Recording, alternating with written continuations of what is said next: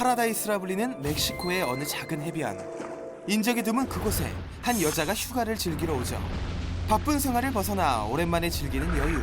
그런데 그녀에게 심상찮은 일이 벌어집니다. 대체 무슨 일이죠?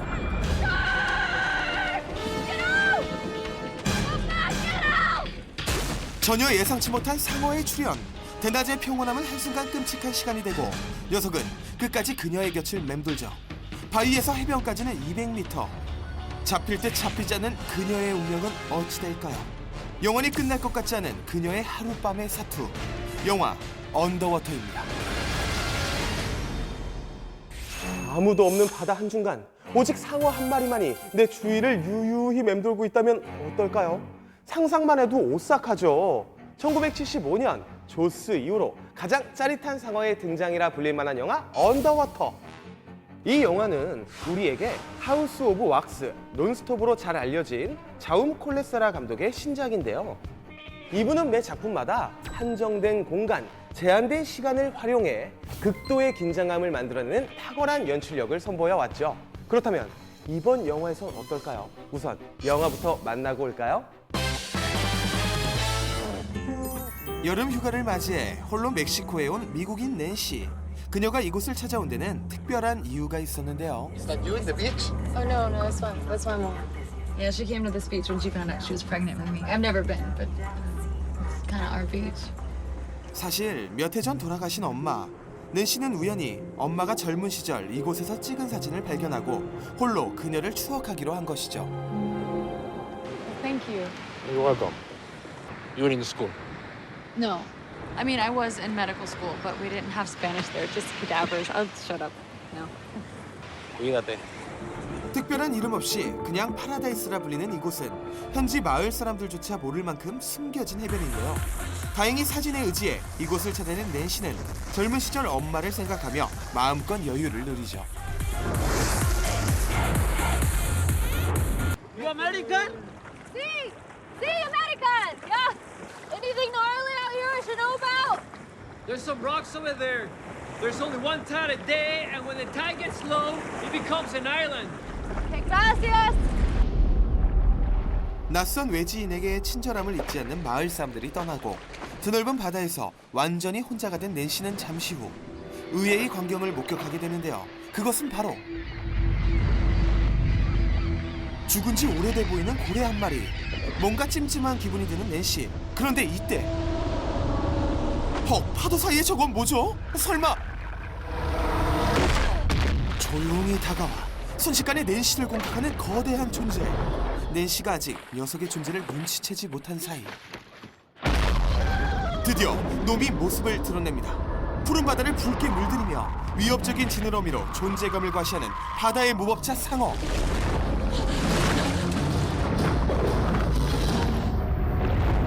난데없는 녀석의 등장에 일단 고래 등위로 몸을 피한 낸시. 하지만 그것도 잠시. 바짝 독이 오른 녀석은 그녀를 가만히 놓아주질 않습니다. 그런데 때마침 썰물이 되자 마을 사람들이 말한 대로 바다 중간에 바위가 생겨나고 그곳에서 낸시는 겨우 목숨을 건지게 되죠. 하지만 이것은 고난의 시작일 뿐.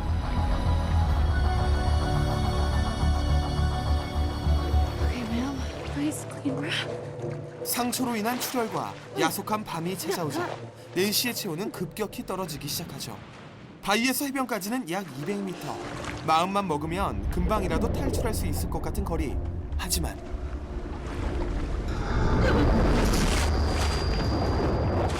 놈은 끝까지 경계를 늦추지 않습니다. 그야말로 진퇴양난의 상황. 낸시는 그대로 정신을 잃고 마는데요. 그런데 다음 날 어제 그 마을 청년들이 다시 바다를 찾습니다.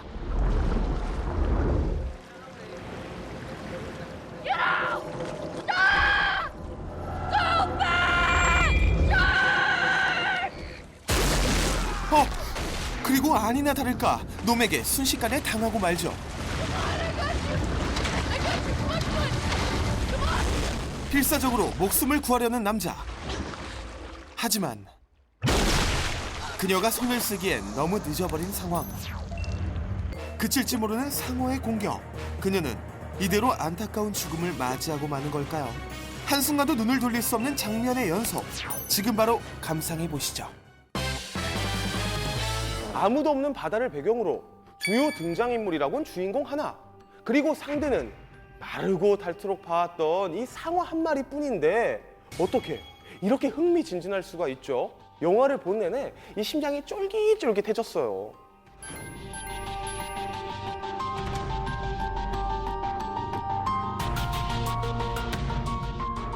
이것은 물론 자움 콜레세라 감독의 탁월한 연출력 때문이기도 하지만 이 영화의 히로인 블레이크 라이블리의 매력 때문이기도 하죠.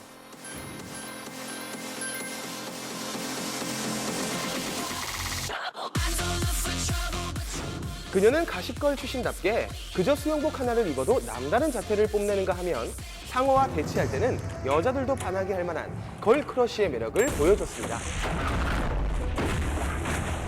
한편 이제는 더 이상 우려먹을 게 없을 거라 생각했던 상어의 공포. 하지만 이 영화는 달랐습니다. 감히 조스를 잇는 최고의 상어 스릴러라고 말씀드릴 수 있을 것 같은데요. 그렇다면 그동안 상어가 등장했던 해안 재난 영화를 안 살펴볼 수가 없겠죠. 본격 탐구에서 바로 만나보시죠. 1974년 피터 벤칠리의 원작 소설을 바탕으로 백상어의 공포를 알린 스티븐 스필버그 감독의 영화 조스. 당시 이 영화는 절대 불가능하다고 여겼던 흥행 수익 1억 달러를 최초로 돌파하며 블록버스터라는 신조어를 탄생시켰죠. 여름 휴가를 즐기던 작은 섬에 나타난 식인 상어와 상어를 추격하는 세 남자의 이야기가 거장 존 윌리엄스의 잊지 못할 사운드 트랙을 만나 당시 신예였던 스티븐 스필버그 감독을 세계적인 흥행 감독으로 만들어줬었죠. 이제는 해양 공포 영화의 고전으로 남은 영화 조스. 이 영화는 이후 무려 4편까지 시리즈로 만들어지고 훗날 많은 영화들에게 영감을 줬는데요. 먼저 주목할 만한 또 다른 상어 영화로는 레니 할린 감독의 딥블루시가 있습니다. Just what the hell did you do to those sharks? We violated the Harvard Compact. 이 영화는 상어들의 DNA 유전자를 조작해 이전보다 지능이 높고 빠르며 완벽한 살상 괴물로 만들었었죠. 그 덕분에 더욱 숨막히는 공포를 느낄 수 있었던 관객들.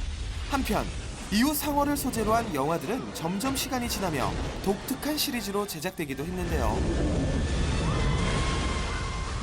바로 B급 독립 영화를 만드는 영화사 어사일럼의 메가샤크 시리즈입니다. 저예산 괴수 영화인 이 시리즈는 다소 조악하고 우스꽝스러워 보일 수도 있겠지만 수많은 매니아들을 양산하고 이후 샤크네이도 시리즈로 이어졌는데요. 여기에선 괴수가 아닌 상어와 인간의 대결을 그렸죠. 아, 지금 이게 무슨 시츄에이션이죠? 육지에 날아든 상어라뇨. 여기서 이러시면 안 됩니다, 사모님. 자, 여름이면 어김없이 우리를 찾아오는 샤크. 꼿꼿이 세운 지느러미와 함께 마지막 남은 더위를 물리치시고요. 내년엔 또 어떤 모습으로 찾아올지 다 같이 한번 기대해보죠. 상어라는 소재 하나만으로 이렇게 많은 영화가 만들어졌는지 알고 보니 참 놀랍죠.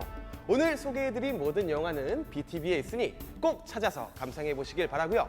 지금부턴 여러분의 취향을 저격할 두 편의 또 다른 영화를 소개해드립니다. 바로 함께 하시죠.